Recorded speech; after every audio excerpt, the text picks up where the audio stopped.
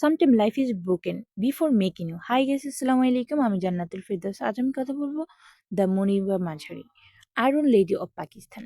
Life is hard. Muniba মাঝারির ছোট বয়সে বিয়ে, কিছু মাসের মধ্যে এক সড়ক দুর্ঘটনায় তার মেরুদণ্ডের হাড় ভেঙে যায়। ডক্টর সরাসরি জানান যে তিনি আর কখনোই হাঁটতে পারবেন না, তিনি আর কখনো মা হতে পারবেন না। ঠিক ওই সময় তার হাজবেন্ডও তাকে ছেড়ে চলে যান। ভাবুন, এই মুহূর্তে তার সবকিছু হারিয়ে গেল এবং শারীরিক অস্বাভাবিকতা, সম্পর্ক, অনেক মানুষের জন্য এখানেই শেষ হতে পারত গল্প। কিন্তু মুনিবা মাঝারি the decision make a change everything. হাসপাতালে বিছানায় তিনি শুয়ে সিদ্ধান্ত নিলেন যে তার এই অবস্থানকে তিনি কখনোই তার শেষ পরিচয় হতে দিবেন না। তিনি হাতে তুলে নিলেন ব্রাশ, হুইল চেয়ারে বসে তিনি জীবনকে নতুনভাবে গড়তে শুরু করলেন। ধীরে ধীরে পেন্টিং তাকে অনুপ্রাণিত করতে লাগলো, তার গল্প ছড়িয়ে পড়তে লাগলো মানুষের মধ্যে।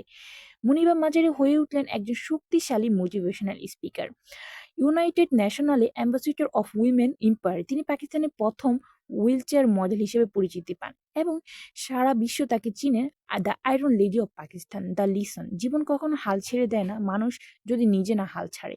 মুনিবা মাঝারি হাঁটতে পারে না, কিন্তু তার জন্য হাজার হাজার লক্ষ লক্ষ মানুষ তাকে দেখে অনুপ্রেরিত হয়, তাকে দেখে শিখছে। এটাই সত্যিকারের শক্তি, যে একজন মানুষকে জিতিয়ে দেওয়ার গল্প।